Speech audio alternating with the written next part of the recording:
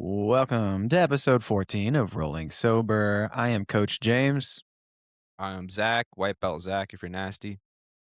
and this is the podcast where we've been combining the power of choking fools with not getting high since 2024. Oh, yeah. Oh, yeah. And we like to start our sessions with a little coffee talk. I am once again Mm, drinking some mushroom coffee. yep. I like I like that stuff.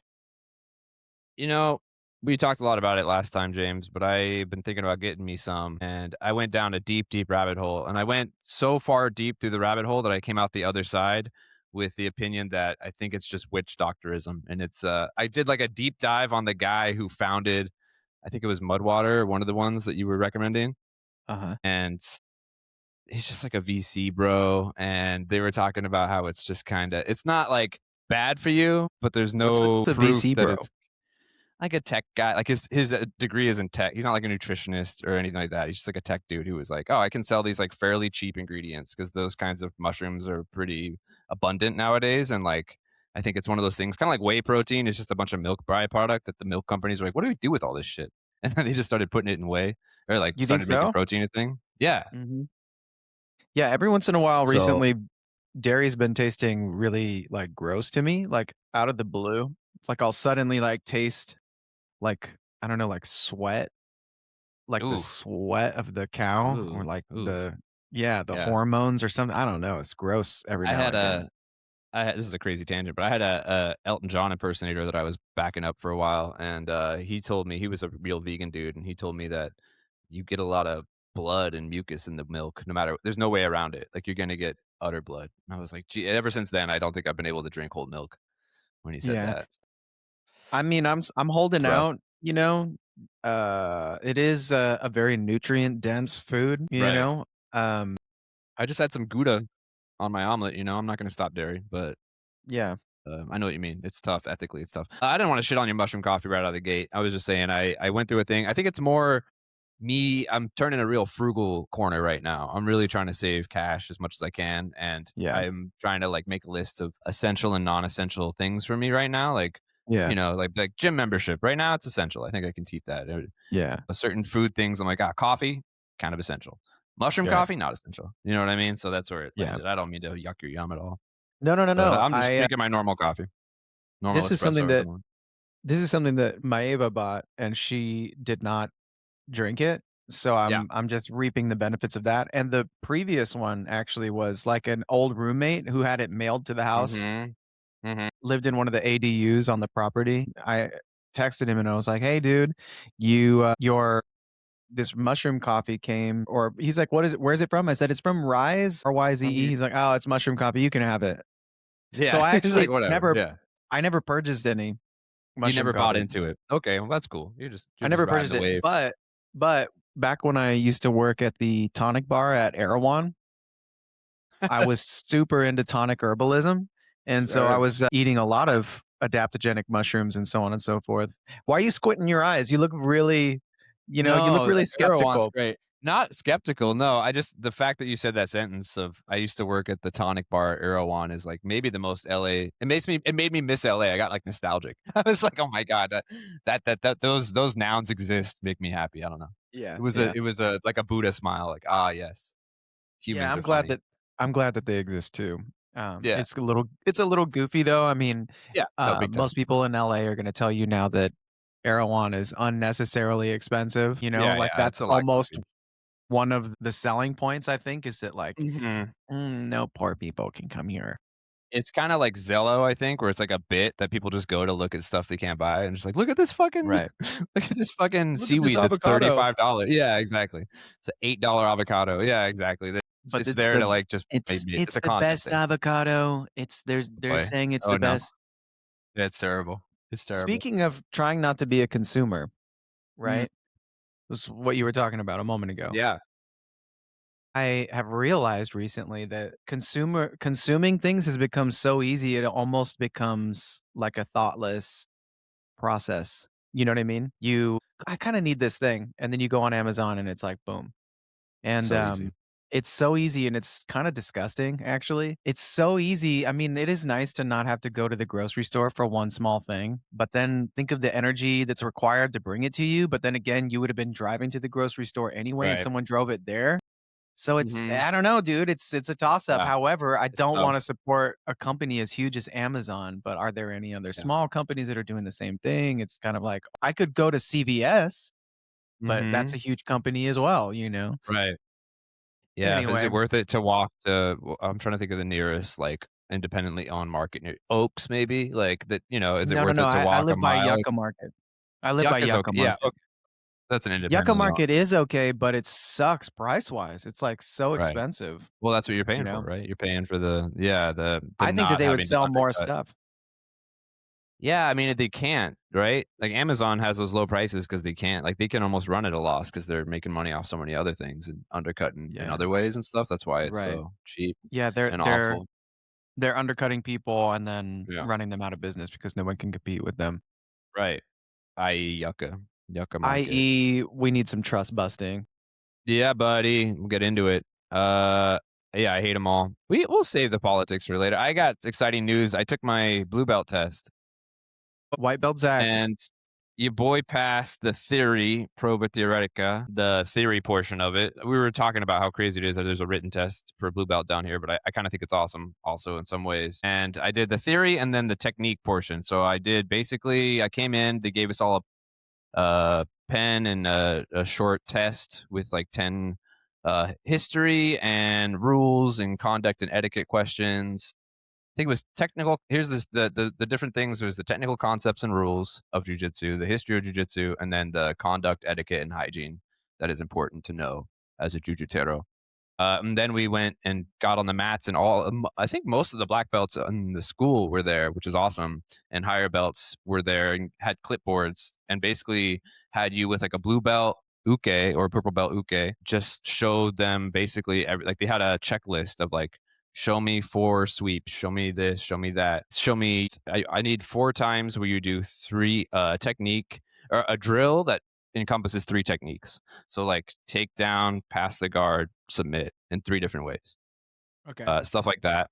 Pretty cool. I was more worried about that portion of it. The test was it's pretty just like memorizing just the basics stuff. I'm already kind of familiar with most of it, but that one, for some reason, because whenever I would think about it and like sit with my partner or something, and be like, do I know 4 attacks from the, I was like, I think we were talking about it last time. I was like, I don't think I know 4 attacks from this position, and that Right. sort of stuff. But it actually came pretty easily, thankfully, like when I got into the moment.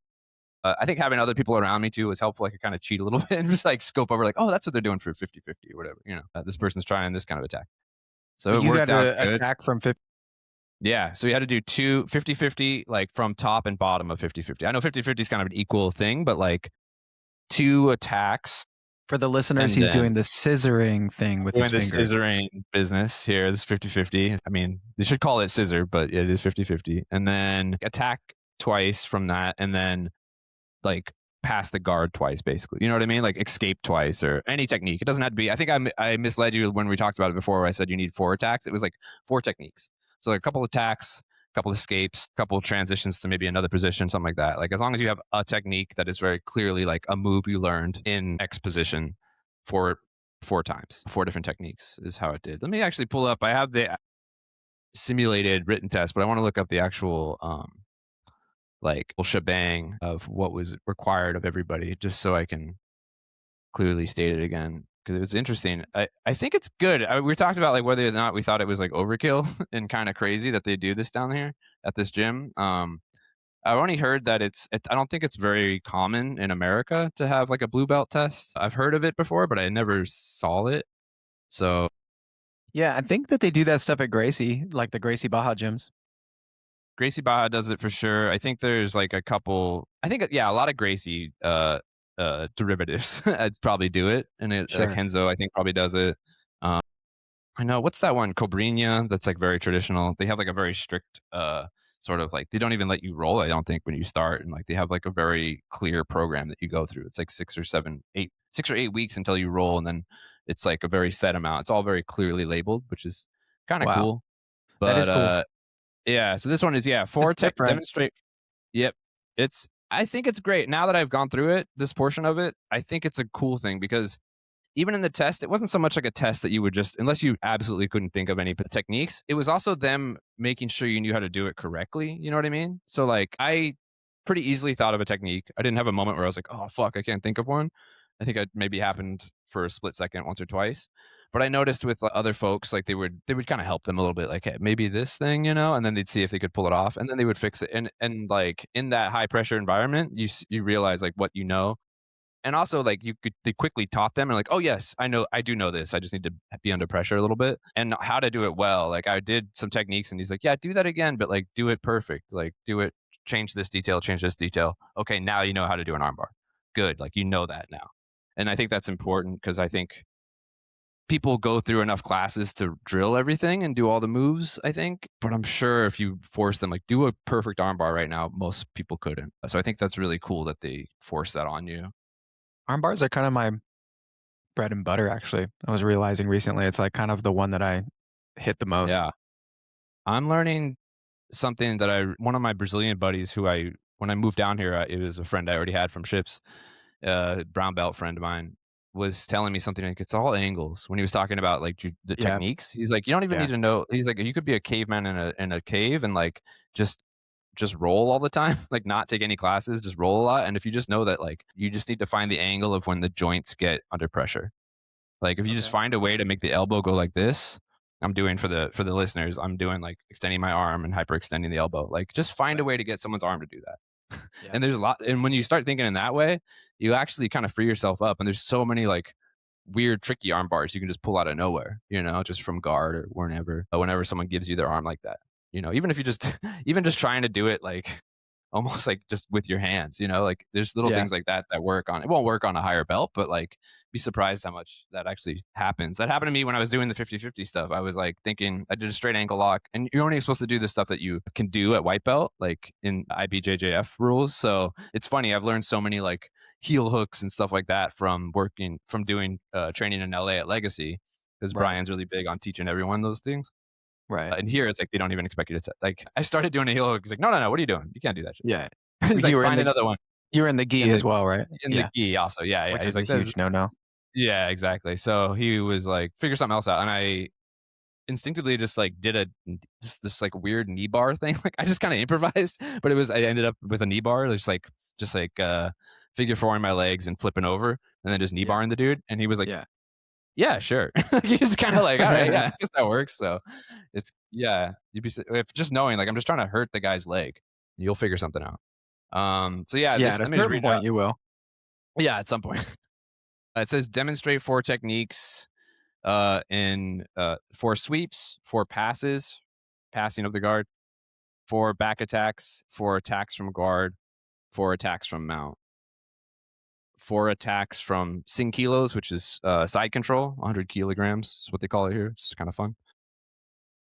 Four attacks from 50-50, or four techniques from 50-50, four takedowns, which was cool, four from meia guarda, half guard, and then two guard, like in the guard from closed guard and from open guard. And spider, open guards are like spider, de la hiva, lapel, stuff like that. And then, Right. yeah, four sequences that combine three techniques at once. That was the hardest for me because it was just like, wait, what the fuck? Can I like just the creativity of it on the spot was hard to like, I'm going to do a double leg takedown to side control and then I'll pass to the mount and then I'll do a head and arm choke. And it's just like Right. having that plan in your head trying to do that four times is hard. That's funny. That sounds like the easiest thing so far to me, like, trying to think of Yeah. 4 attacks from the back. I can think of 3 right now, you know? Yeah. Yeah. I'm Yeah. Yeah. talking, rear naked choke, maybe an arm bar from the back, like setting up an arm bar from the back, and then, Uh-huh. like, a reverse triangle, and then I'm Yeah. like, I don't do other stuff from the back. Those are the ones for me. Zipper choke. You could do Yeah. Yeah. a bow and arrow. So this is kind of, I think it was what I Sure, did. yeah. Yeah. Yeah, good one. They're Nice. just there, right? When you think if you just sit there and Yeah. yeah, to sit and like list them is hard, but once you're in the position, it's easy enough. Yeah, so it's that and then this test, which I thought it would be fun if we mess around and I'm not going to give you the whole test, but I just wanted to Right. see what we're dealing with here in Can you terms say the of name of it in the Portuguese again? The name, what did you call it? Prova Teórica. Teórica. God, it sounds so theory test. Latin, Yeah, you Prova know? Sounds like Teórica. Yeah. straight Latin. Yeah, yeah. It kinda is, I think. Yeah, just that sort of Theoreticum. theoretical proof. Yeah, yeah, Yeah. yeah. Prova Simulated. theoreticum. Actually, Okay, there was I'll one take the thing. test. Let's hear it. Let's do a little bit. I think it was like 10 questions. They gave me like 40 questions here in this simulated test, so I'll try to find ones that I know the answer to so I can keep you Yes, keep keep you you on my honest. toes. Yeah. This is a pretty simple one. In a BJJ competition, what is the only position worth 3 points? Back control. No. No? Mount. It's What is it it's then? guard pass. Because Well, the guard other pass? ones That's you not a said are 4. position. That's not a position. Oh, I see what you're saying. Yeah, I guess passing the guard. Yeah. It might be something lost in translation. I'll give it to Okay. you. It's fine. All All right. right, hold on. Let me see. Some of these are kind of funny. Name at least 3 types of guard. Open guard, closed guard, spider guard. Hell yeah. Uh, Half guard, quarter guard. keep going. Keep going. Keep it going. K guard. Name a submission technique that applies pressure to the opponent's elbow joint. Armbar. Easy peasy. Yeah, and some of these are not too crazy. All right, I'm gonna go to history because I'm a little more. Oh, see, I Yeah. was never good at history. Here we go. No. All right, let's do it. Who was the first Gracie to practice jujitsu? He's pretty. Carlos Gracie Sr. Yep. Yes, sir. Let's go. Yeah. Oh, this one is probably the hardest question if you didn't study for it. In what year did the first BJJ World Championship take place, held at the Tijuca Tennis Club Ginásio in Rio de Janeiro? Okay, I'm gonna say Give you a this is hint. just It's later than you think. okay. This is gonna be a guess. Let's go. Actually, let me just guess a decade because I have no idea. Sure. Yeah, go I'm for it. guessing 1950s. But dude, it's so much later. That's what I was thinking too until I looked it up. It's actually because it's going by the BJJ World shit, like the IBJJF, and it's Oh, okay. actually the first technically. It was the first like real BJJ because before that it was mostly Vale Tudo shit. Right. And it's 1996 after the Wow. UFC, which is crazy to me. Yeah, that's Wow, the first that's great. IBJJF. All right, here's another one. Let's see. This one's I think fairly easy. In which city was the first Brazilian Jiu-Jitsu Academy opened in 1925? Rio. I think if you just guessed, like what's a Brazilian city that would probably have them? No, I think I knew that. I read Hickson's book. Hickson's book, which Yeah. gave me a lot of history. Yeah, yeah. That was one of the questions on here. Who was Hickson Gracie and what was his importance to BJ? Wow, really? Not some of the other ones? Were there They're were there all yeah, there's a couple. So there's him, there's Hoyce, and then Helio are the 3 that Man. they asked the same question Yeah. about. Yeah. All pretty simple, I think. Like Yeah. Hoyce, Hoyce won the UFC. UFC, which made the sport massive. Mhm. Hickson was like sort of their enforcer of the family Yeah. early on, and he would just Yeah, like get yeah. in street fights and basically prove the efficacy of BJJ. Yeah. I And think then he's the most winningest. Elio, I think was the first to do a public exhibition fight. Mhm. And didn't he fight Kimura? He did. I Yeah. think the thing that is big, if you look at his like top line Wikipedia page, is He used the guard. created. He's the one that Yeah, basically used the guard because he was the smallest of the brothers, so he right. had to learn to fight from his back.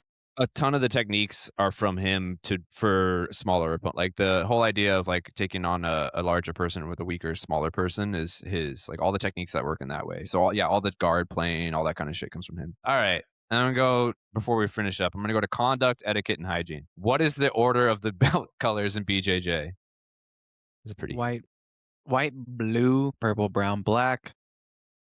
Hell yeah. If you could do the Coral. children's, it's extra credit. No, I can't do that. Coral, black, yeah. coral white, and red belt. Shit, dude. I don't think I put those. I think I just did the 5 when I did it. Now That's I'm looking fine. at it like, oh, I fucked up. Nah, nobody Uh, cares. Absolutely. All right. What should you do if you are late for a training session? How should you? You stand on the side of the mat and wait for your professor to nod you in, and then you bow in. Or you should Hell go. yeah. You should go home and cry because you're a You little should go get the fuck idiot out. boy. Yeah. How should I? And this is a thing that we're really, really strict about down here, and I never really did other than like unofficially in LA. How Okay. should I greet the professor and students when I enter the mat arena? Bow in. Bow in, but Shake their hand. Yeah, you shake Yeah. they're so studious down here about everyone shaking everyone's hand and looking them in the eye and doing, like, a oaths and a bow, like, everybody, and you start with the higher belts and you make your way down, like, everyone does it. Okay. It's almost like at the Okay. end of class how we do it, it's the same Yeah. kinda deal. Wow. So do they do it, like, officially, like, all in one thing at the beginning of the class, or do you No, do it's it as you chaos. arrive?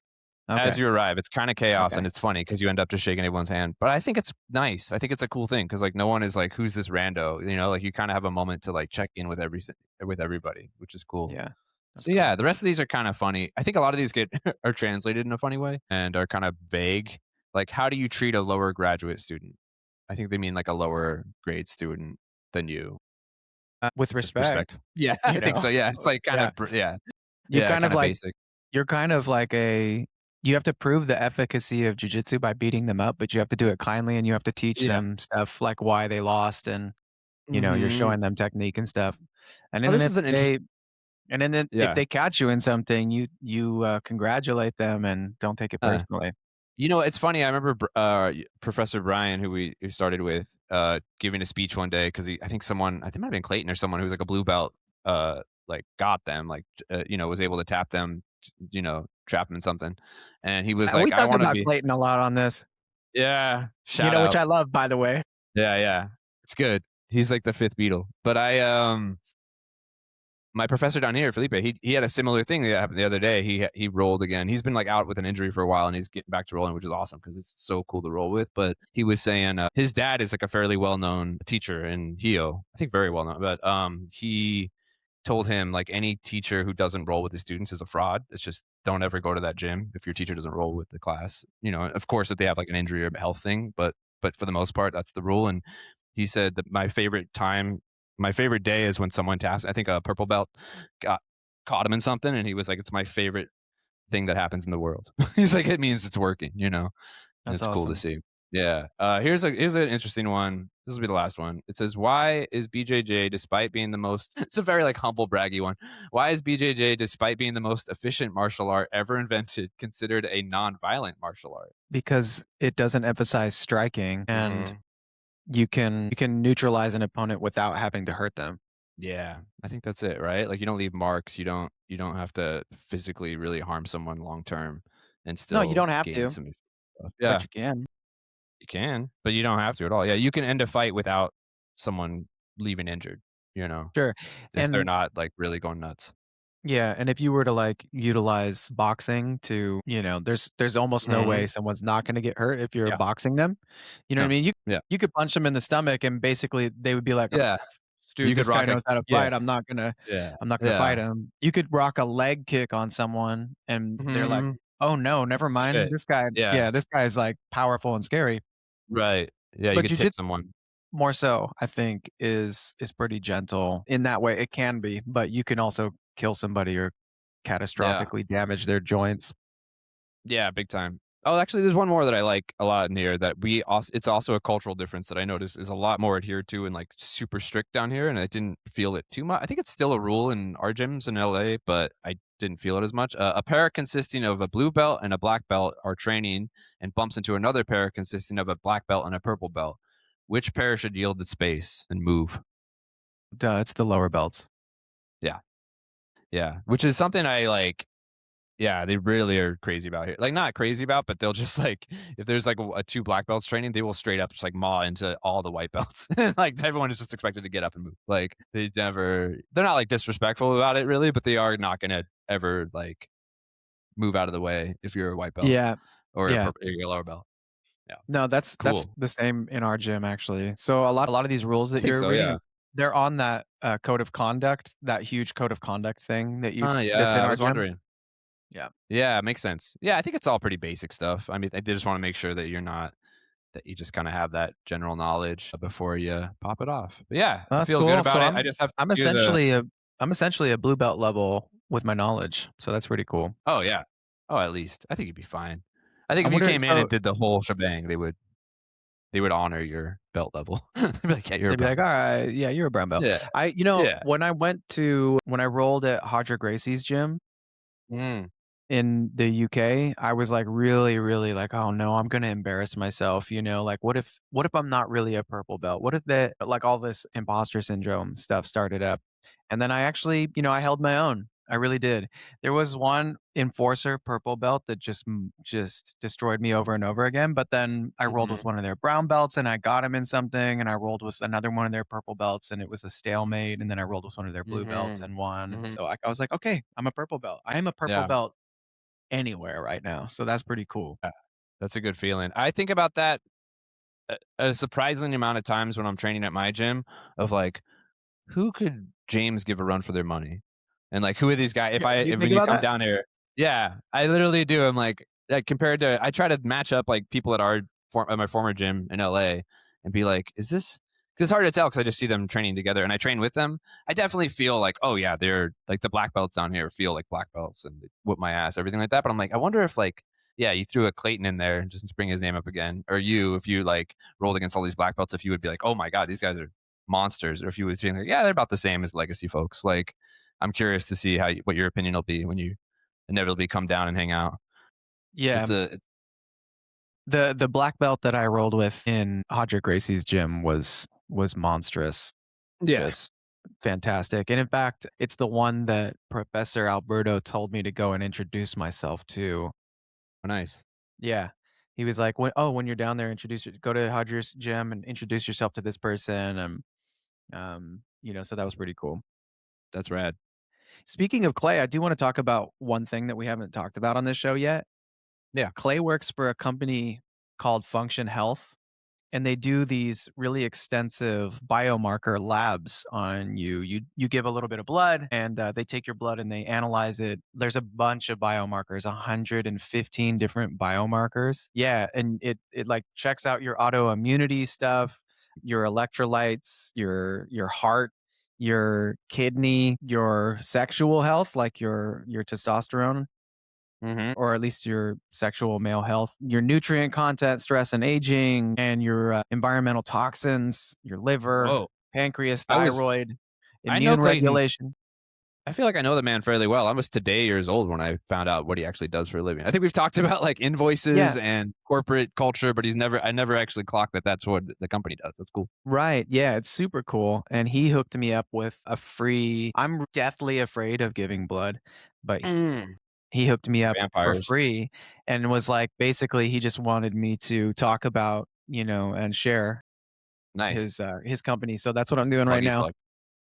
I found out that I was on 15 of my biomarkers, I was out of range. So that gave me some really good information about what I needed to change. In a bad I way. had, Like you yeah, were yeah, too yeah, low? Yeah. yeah, but uh, that's 15 out of 115. So I You look was, fine, right?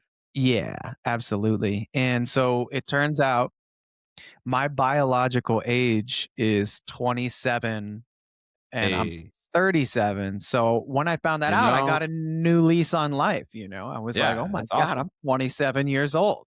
And it gave me, like I said, some really good information about how to, navigate improving my health. So that Oh, was that's cool. cool, and they give you, like, a diagnose or, like, a prescription of to how you can get those numbers better, the ones that you were lacking on?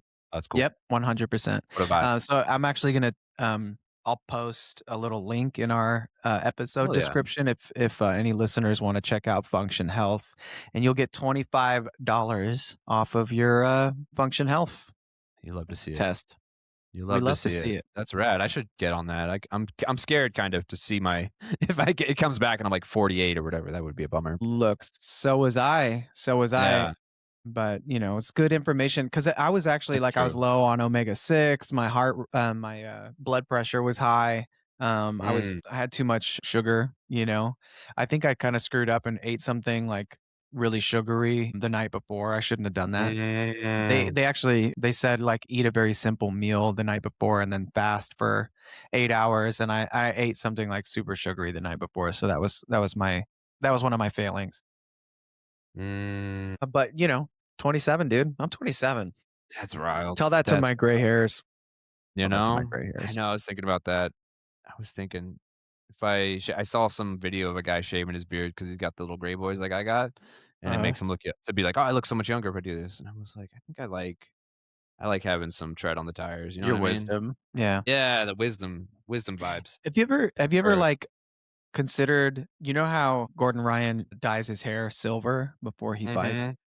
I Mhm. feel like it's got to be some sort of a psychological game that he plays, wherein when someone has silver hair, you immediately you confer some respect to them. Yeah. I Like, was I confused about his age for a long time because of that. I didn't yeah, realize he's, like, the same age as Mikey Musumeci. He's like a right. young man. He's like a Yeah, yeah, he's a twenty-something. young man.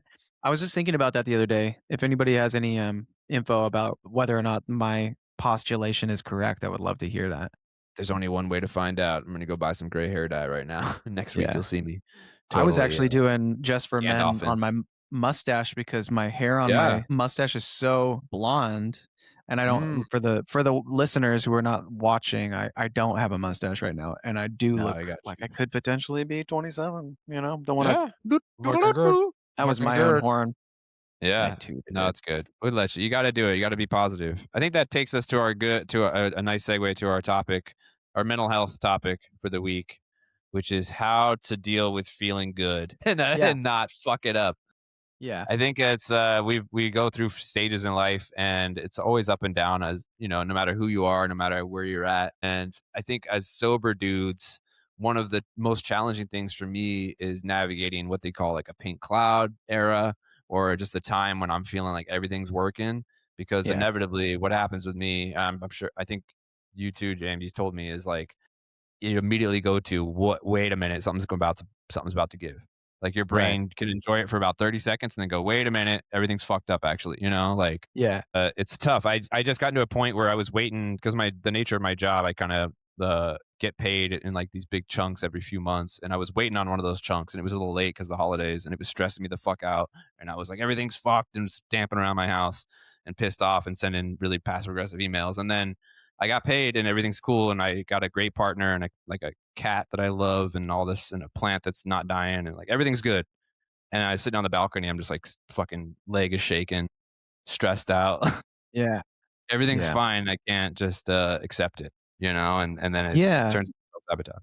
I mean, I mean, our brain is naturally focuses on problems. It's a survival mechanism that's built into our brain. If we see a problem, we want to fix it and Mhm. it helps us survive. So sometimes it's good I mean, I do a little gratitude list. I have an Mhm. app that makes me do a gratitude list and I'll do three and then you have the option to put a picture or not. And like today I was like, I'm grateful for my cats. I'm Mhm. grateful for, what did I say? My record player. I love it. And then Oh, hell yeah. my coffee. Yeah. Some simple stuff. But that simple stuff, like, having a roof over your head, having water, so on and Mhm. so forth, like not being shot in the street for Yeah. protesting peacefully, Yeah, like yeah, yeah. all of that stuff is stuff to be grateful for. Yeah. However, it's tough, man, because you think about like I don't know about you, but I'll see other people doing poorly and go, "Do I deserve to feel good? Like, should I Right. be out there feeling bad as well?" You know? 100%. Yeah. Like, why me? It's almost like survivor's guilt in a way. Yeah, And it feels like if we're not doing anything, I think it's some of it comes to like I was trying to explain it to my normie partner about the drive to do stupid shit like drugs or alcohol. And then when you don't have those things, trying to fill that void with like wanting to feel alive. And yeah, at its core, it's kind of like it looks a lot like self harm. I was skateboarding, right? I'm getting back into skateboarding and I was like bombing a hill near our house. And I was like, it helped me out so much with the stress I had that day. And she was like, that seems wrong because it's like you're putting your life in danger so you feel less stressed. And I'm like, yeah. And I think it's a weird, it's almost a cousin to the self harm you do with like cutting or something like that, where you're just like, I just want to feel something and I want to feel alive. I want to feel like it's a punishment kind of for yourself, I think is where it right. comes from. Self-flagellation. It's flagellation, yeah, and it is, like, even though it's fun to bomb a hill, it is kind of like, I wanna risk my life and, like, put myself in danger because I'm not in enough danger as the people that I see on Instagram or because of, whatever the fuck and all the bad things. There's a million it's easy to, like, do the a bizarro gratitude list where it's like, "Here's all the things that fucking suck." Like, that list is almost constantly running. Yeah, I've been for a long time because of the mistakes that I made during my using in my younger years, like, the case against myself is really strong, you know? Yeah, yeah. Yeah, yeah. And I don't give myself credit a lot of times for the positive stuff that I do. Mhm. When like, for instance, I had someone tell me recently, that what I do as a performer is really, really inspirational and makes them happy, and, like, they, like, made a point like, this is actually multiple Mhm. people within a short span that were saying this to Yeah. me. They were saying, like, "You don't have any idea that what you do is so important to us as Mhm. viewers." You know, it Mhm. inspires us to, achieve greatness, like, you're up there living your truth, and it gives us life. We're happier when we leave than we were when we came, and I feel like, for the longest time, I was like, this is a selfish act because it makes me feel good when people are clapping for me. But I've actually shifted gears and I've been like, this can be a selfless act that is Yeah. about reducing the amount of suffering, increasing the amount of joy in the world. Yeah, I think I had to have a similar, like, come to Jesus moment with my own we are in similar professions, like, we both basically create entertainment for folks, and try to get them to, yeah, forget about their troubles, and it can feel very, like, blah, whatever, like, not that important, kind of, what's the word for it? Just like, yeah. Not, helping Frivolous. society frivolous, thank you, that was the $1,000,000 word I was thinking of, frivolous. It feels frivolous, it feels like you're not actually helping society, especially when we're surrounded with, like, images and stuff of things going wrong. And, yeah, you have to check in and be like, "Actually, I tried to make a list of, like, what good it brings to the world," and there's the obvious and, just like, yeah, giving people joy, bringing all this stuff, but I'm also like, there's also because of the things I've created and done, like, people are employed, you know what I mean? And that's Yeah, fucking cool, like, we're bringing butts into seats so that people can have jobs other than us, and that's like a right. that I think has been something I've been trying to think about in a way of like I'm doing a form of mutual aid and I'm trying to keep myself really clear. I've also been like setting boundaries with myself in my job where like the corporation I work for is like all corporations right now getting like infatuated with AI. We're talking AI, baby. We do it every time almost. Yeah, And I put like a pretty clear boundary. Like I'm not going to fuck with that for any of my shows. I'm not going to use it. Some of the shows we have use it now. And like some of the things they want to do to like streamline things, we'll use it. And I've been trying to find ways to create my own stuff here and all that. And I'm trying not to like fall back on. I'm like, if it takes a job away from a human, I want them to feel the lack of the human. I don't want to replace a human with anything. You know what I mean? sure. And yeah, just like making choices like that make me feel better. But in terms of like self-flagellation and all that, like it's one way to avoid it, I guess, is what in a long way is saying like the gratitude of like, hey, I'm doing this well, I'm doing that well, I'm doing this well. Feel good Yeah, about it. And it's funny though, because even saying it out loud right now feels disingenuous. It feels uncomfortable. like, Yeah, yeah, I'm just like, I guess. right. But I think that is a part of it. I think a lot of people feel that when it's like you get sober, you're so used to living so shitty. And I was talking to my partner about this. I'm like, there was a time in my life where like things were so bad. I didn't have a roof over my head and I was really, desperate and just living from like one dopamine rush to another. And it was so simple. It was like so easy in a way, like it felt like I was just an animal in the jungle and I could just live day to day. And now I have like responsibilities and I have people who count on me and I have to like be up for them. And it's No, I such a just different I vibe. can't imagine, not to, like, pat myself on the back, but I just can't imagine living the other way, where you just believe that you Mhm. deserve everything, Mhm. because it feels It's really true. Yeah. narcissistic to me. Yeah, Like, yeah. it feels like the only sane thing to do is, like, constantly check in with yourself about whether or not you deserve to do the stuff that you're doing. Like, do I Mhm. deserve to drive a $200,000 vehicle? No, I don't have that kind of money anyway, but, like, No. do I deserve that when there are people starving? And there are Yeah. people that don't check in with themselves about that stuff. They don't give a shit. They get the Lamborghini and, fuck everybody, and they drive like assholes, you I know? think it's the same as that jungle shit. It's the same as an addict, like someone who's on the street who's just trying to get their next like fentanyl hit. It's the same as those douchey guys you see with the like Gucci glasses and the really nice car. It's like they're not thinking about the consequences of their actions and they're just trying to get one up on the person next to them. You know what I Yeah, mean? You dealt with it like when we're in like kind of the gutter vibe and you're just dealing with people, it's like not there's no honor among thieves a little bit. You know what I mean? Like you'll take something from someone to get high. You'll do bad shit to get high. And I think on a really macro level, the people who are kind of fucking our society up a little bit, and the Batman villains that exist in the really high echelons of things right now, the billionaires and whatnot, are on that same tip. They're just like yeah, junkies, They're just doing junkie yeah. behavior. Makes me crazy. Yeah, I know, me too. I think though that bringing it back to what we're talking about, like, when you have the sort of conscience that makes you constantly examine your behavior and you're trying to cultivate self-awareness, it's difficult not to slip into dark rumination about the mistakes that you've made in the past. And because you Mhm. made those mistakes and you have the town crier that comes out and goes, hear ye, here are the list of things that James did in the past. It's hard to break out of that cycle because it becomes like a neural superhighway. The whole Mhm. I'm a piece of shit and I don't deserve anything good superhighway that's in my brain is very Mhm. active and it's very strong. So it's hard and apparently literally painful to change your brain state, Yep. and you have to fake it till you make it and kind of like tell Mhm. yourself some positive affirmations, as goofy as that sounds and feels. Yeah.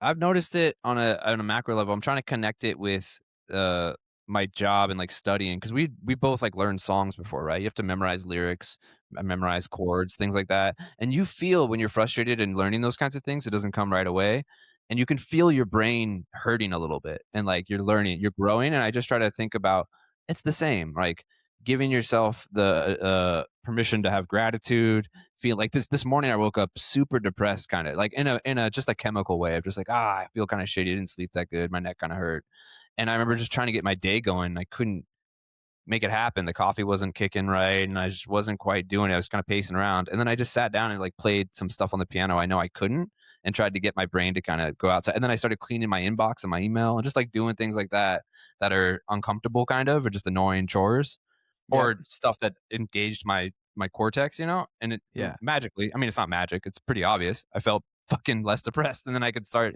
Yeah. it's kind of snowballed into my day starting. Yeah. And My yeah, just that's some stuff that my dad would say for sure. Shout out to David Bias.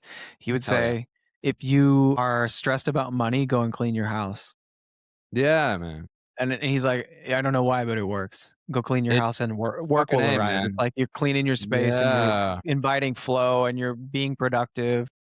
Fucking A, man. I think it's what it is, man. We was doing that. I was feeling that all day today where I was like, I gotta do something. And yeah, make the bed, do the laundry, clean, just sweeping, just looking like, oh, there's dust here. I'm gonna sweep. I got these plants outside of my balcony and the wind here. I realize now, like during this time of year, the wind is just crossing my balcony. And every time I come home, those motherfuckers are just on the ground, just covered in dirt everywhere. My plants. Yeah. So I'm trying to I sorted that situation out, like all this kind of stuff. And then fucking called my buddy James and was like, "Let's fucking pod," like just like Yeah. little like proactive moments like that Yeah. make it a lot easier. So if you're just sitting there being like on both sides of it, sitting there feeling like, God, there's so much stuff to be worried about, do something positive. If you're sitting there and you're feeling like, God, my life is really good, when's it gonna something's gonna give right now? I don't deserve this, whatever. Yeah. Do I something mean, positive. yeah. And also, this too shall pass, you know? And so, Yeah, like, man. even when you're experiencing something positive, Hmm. remembering that this too shall pass and to be like, okay, well, I'm just going to enjoy this moment right now. I'm going to kiss the Hmm. joy as it flies.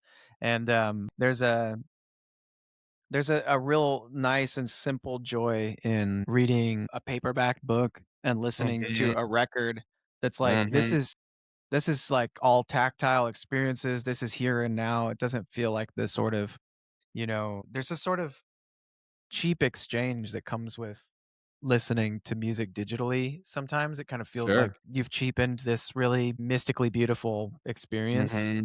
And then you're like reading I was reading some Jack Kerouac poetry. I have this book, it's like a big fat book called The Portable Beat Reader, and it's paperback, and I like this Yeah, man. smell of the paper, and I'm like Good reading stuff.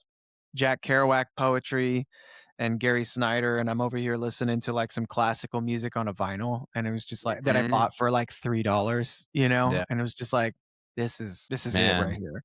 This mixed with the Erewhon gig, I swear to God, man, it's such a time capsule of Such a the vibe. of the Renaissance man in 2026.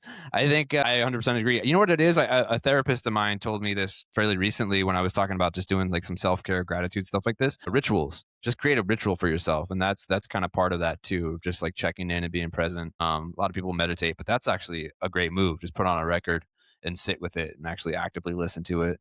It's tough for ADHD kids like us, I know, to not multitask when that's happening, and I think it's Yeah. kind of an act of defiance and self-control to just sit with it, relax Yeah. with it, and Yeah. stay off the Instagram. Right now, it's tough, man, because, it feels like we're in a crisis period where we have to constantly check in with like, is everything still okay? Is things getting worse? Yada yada yada, and it's exhausting. I'm finding myself trying to I'm going back and forth between like taking it off, just putting my phone in a cupboard and trying to be really active and vocal about shit. It's weird. It's like there's no right answers, I don't think, right now. But be nice if we didn't have to worry about it and people could just you know, not be assholes.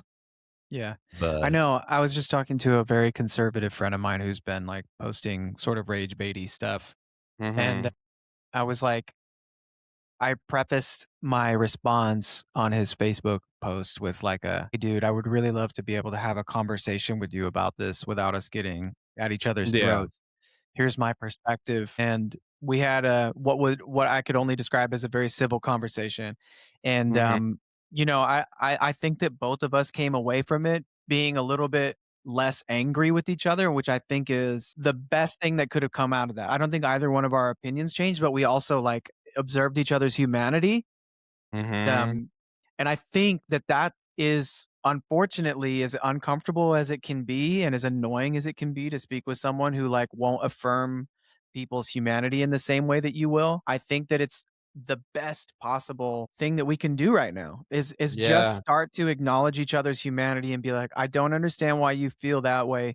Can you explain it to me? Can I explain to you why I feel the way I feel? And then Mhm. maybe they'll post less rage baity stuff and we can Yeah. slowly start to chip You'll think about away it. at Yeah. this hyper polarized existence that we're in right now. Otherwise, we're going to end up in a civil war. Like that's what we're headed towards, Yeah. you know? Yeah. It's wild how much my own thought, because it's funny now I'm like taking the horse. I'm trying to not have a horse in the race on purpose out of my Right. own sort of spite and And in protection of your sanity, I'm sure. yeah, but also just like truly it's what I could is part of the reason I left America was as a protest. You know, a lot of people are like, "Oh, I love her to leave it," and I pieced out. Another thing I say to people when they ask me why I moved is like the famous quote from the German priest who was like or a German therapist who was like, first he came for the communists, and I was not a communist, so I didn't say anything. First he came Right. for the trade unionists, and I did it. And I tell people I'm the first of those things. Like I'm like the two things at the top of that list. So I just dipped the fuck out as soon as it smelled kind of fascist in my neighborhood. But also just like not engaging with, as people forget that like America is a community, it's a society, and it's a collective that all you guys all share money.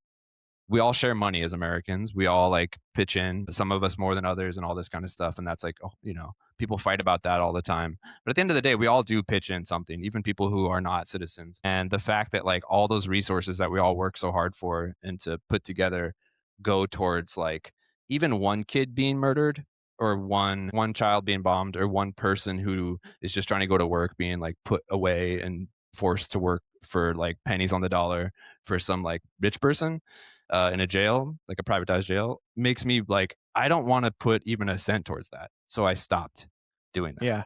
Yeah. And it Which I does make me admire feel a lot, greatly. yeah, It it makes reminds me me of feel a lot that less, that yeah, it Churchill makes me quote, feel, every bomb yeah, dropped is signifies a theft.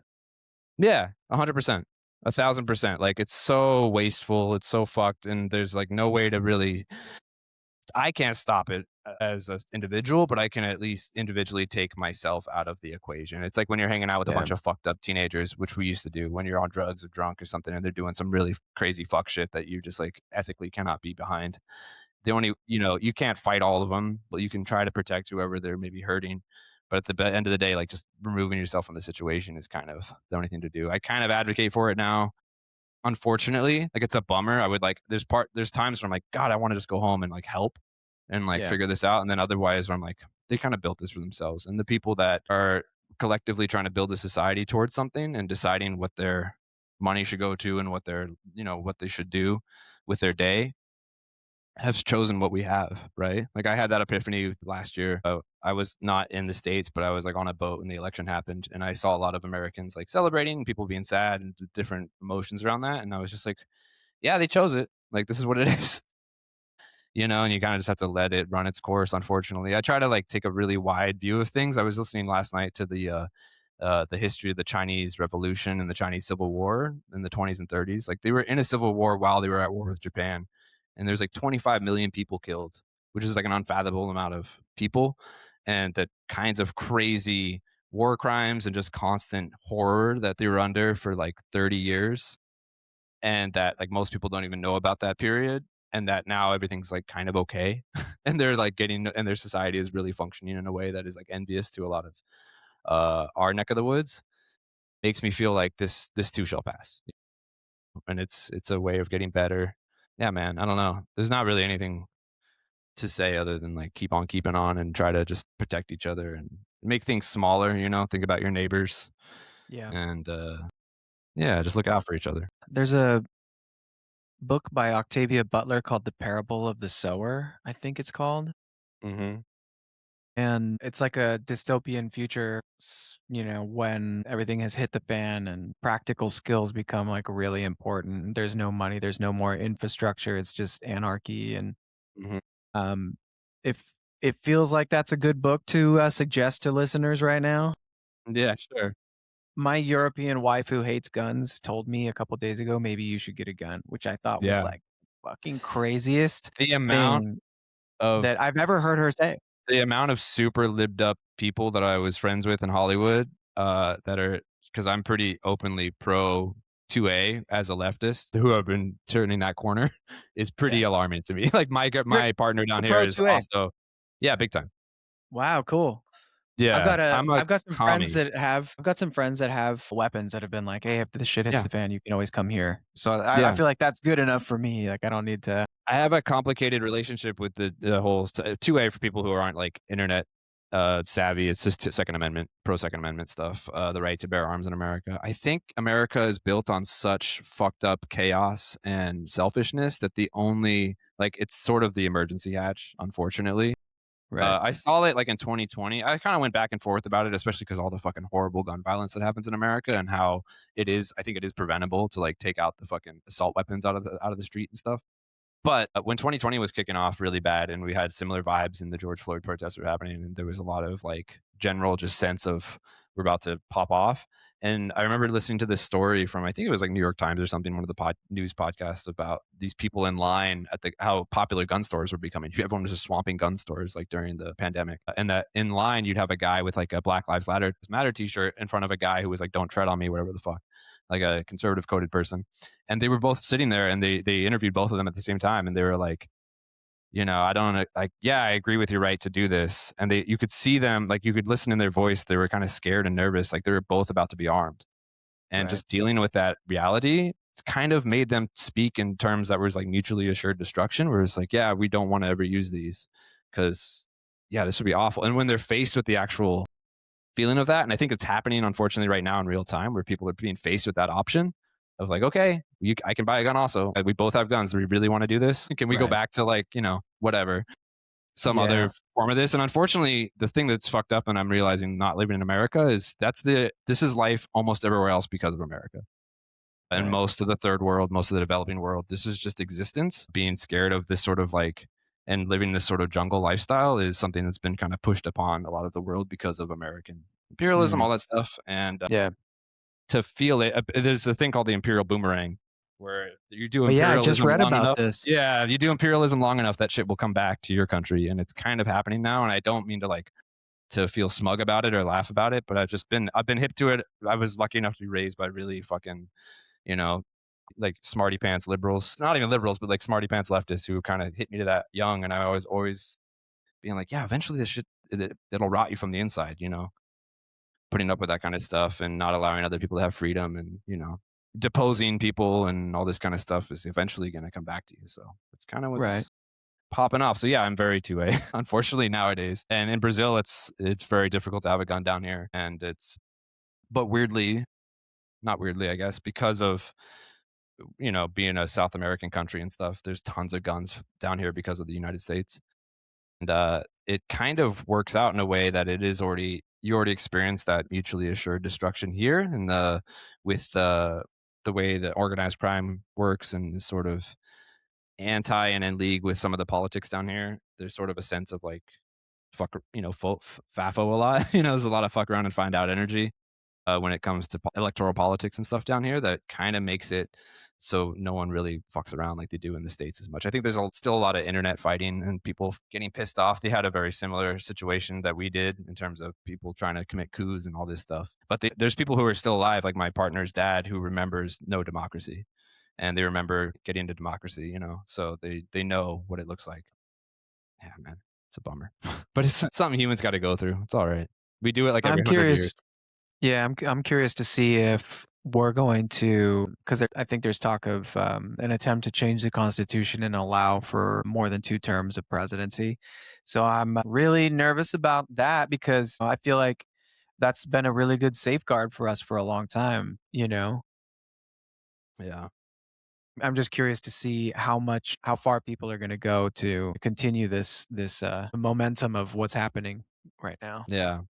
It's a bummer because also now that I've been outside of it, I'm a lot more sort of hip, been hip, forced to be hip to a lot of just how much it doesn't matter electoral politics in America, how it's all kind of one team. When you look at like what they do internationally, there's definitely like a sense of maybe one is a little bit more compassionate than the other, but the core is the same, and Yeah. who they're Yeah. fighting for is the same. I think the thing that gives me most hope is that I'm hearing across the political lines, like when we talk to our kind of semi-conservative friends, or when I talk to semi-conservative folks, especially in like the mixed martial art community, how much it's stopping to sound like left versus right. People are getting tired, realizing that that's kind of a false choice. It's actually up versus down, right? It's the people who are Right. getting stepped on, and poor folks and working folks stepping up against. There's not that many bad guys, right? There's way less of them than there are of us. It's pretty obvious how Yeah, but easy it they're would be really to just crafty though, yeah, they're you know? crafty, They're but very, very it's crafty. I'm hearing that realization coming from places I didn't expect it, which is cool. It gives me a little Yeah. bit of hope, There's cats on every sort of spectrum of politics that are being like, "Wait a minute." I think the bad guys are kinda all look the same and drive the same yachts and do the same fucked up things to young folks, and, Yeah. Yeah. it's yeah. Fuck, man. Uh, Well yeah. I mean, being able to stay sober through all of this mm, and and not need to drink over the extreme anxiety that a lot of this stuff causes feels I feel really fortunate for that yeah, because man. that's a gift. Could be the other way around wherein I'm just Mhm, drinking myself to death because the world feels like unsafe and like it's going to shit or whatever. mhm. And I know that there are people out there that are doing that right now. Yeah, man. I feel for them. If you know someone that's going through that stuff, you can always reach out to us on Instagram and we'll point you in the right direction if you're looking to get some answers and you want to get sober. Absolutely. We gotta be Yeah. strong for each other. Yeah, absolutely. And yeah, there's so many reasons to, especially if you have a problem with alcohol and drugs, like, there are these rare people who can sort of use and not ruin their lives and everything, but even that's dubious. Yeah, But for Craig those of Jones. us that for those of us, yeah, he's he's having a great time. But for those of us who do have that issue, there are solutions. And yeah, man, my life got better in basically exponential ways, and in every way that a life can get better. I have like a cool place to live. I didn't have nothing. You know what I mean? I mean, it Mhm. looked like on the outside, it didn't look like that low of a bottom for me, but in hindsight, I'm like, God, I was so miserable. When I look at the Mhm. Netflix show and I watch West Mhm. Side, the Netflix show I Mhm. was on, when I Mhm. see that version of myself, it makes me cry because I'm like, "That Yeah. poor guy hates himself so much," and so, like, unnecessarily too, Yeah, man. It's I feel like I'm like, "Oh, this guy." I don't even feel like it's me sometimes. I'm like, "That's sad." I was looking up old pictures of myself, trying to find for my, I was talking to someone about my sober date, and a couple of the guys I brought out on the ship this last time, I got to Charlie Beach. Charlie Beach, I'll shout him out, the man, is on my company now, and I got him on the ship in one of my shows, and talking to him, he's like, "Brother, I remember you, like, last time we hung out and did a job together." He's like, "You were still drinking." And I was like, "Yeah, I was something." He's like, "Yeah, man, you were so down." Funny at the time, I wasn't thinking that, but I was like, "Yeah, I guess I was." Like, I felt like shit. And looking at old pictures that time, we were reminiscing. I was looking up old pictures of us, and I was like, "Holy God, I looked like garbage." It's like, and yeah, like you're saying, it doesn't even feel like me anymore. It's a different dude. I think also, like, when you're constantly ping-ponging between those extreme states of, feeling like the coolest guy on planet Earth and feeling like the world's biggest piece of shit, then you Mhm. have no homeostasis to operate from, and you don't know who you are, you know? Yeah, that's You're true. just Yeah, like, you're constantly just trying to grab at it. Yeah. "I'm just getting smashed constantly. I don't know anything. I'm not growing really as a person. I'm just having Yeah. these, like, sort of shallow discussions. I'm playing my Yeah. greatest hits all the time to everybody, you know?" Percent. I remember, yeah, people arguing with me at that time. Like I would get into fights about whatever. And thinking back on it, it's like, yeah, because you didn't have any opinion on anything. Like nothing mattered. So of Right, and course as soon as that you could just yeah. You could just pretend to argue about something. You could just pretend to take an opinion on something, but I didn't actually believe any of it. And it was all just Crazy. like triggering our rage. Mhm. That's Yeah, oh, $100%. this just makes me rageful, you Yep. know? Yep. So, Crazy. man, it's because it's just triggering my already piled up Mhm. rage that's inside of me that I've never had like a Mhm. healthy outlet for. And now we got jujitsu, you know? So good. I'm gonna go choke The some other fellas tonight. nice. I need to get in there. I've been training only on Sundays with the rolling sober men's meeting.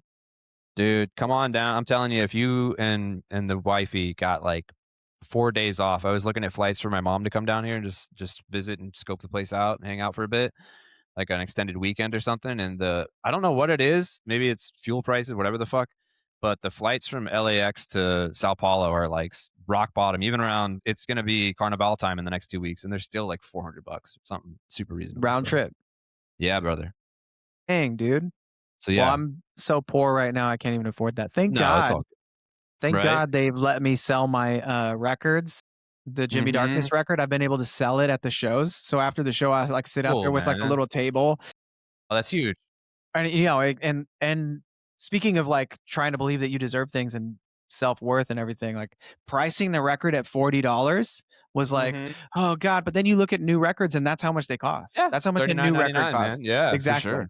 And this is, like, something that I produced myself, Yeah, dude. and paid for myself and, And you're handing like it to him, you can sign it for him. Yeah, dude. That's yeah. that's fair as hell. Yeah, that's great. No, yeah, it's more than fair, and, but thank God that I have those right now, but I also would have an extra $3,500 if I hadn't printed them.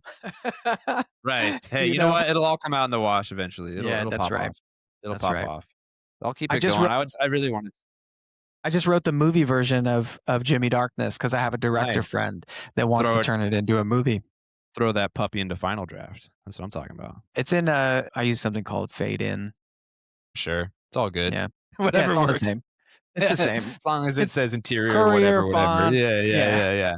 Yeah, you got it. You got it. That's rad, dude. Yeah. I'm like, looking forward to it. I'm looking forward. I'm gonna hopefully pop up there sometime as soon. Fucking miss. I hurt for my country and I miss it a lot. I'm also happy I'm not there a little bit, but I also, yeah, I want to pop up. I love LA and I'll get up there. You guys always welcome down here to come down. I really want to see you fight all these black belts.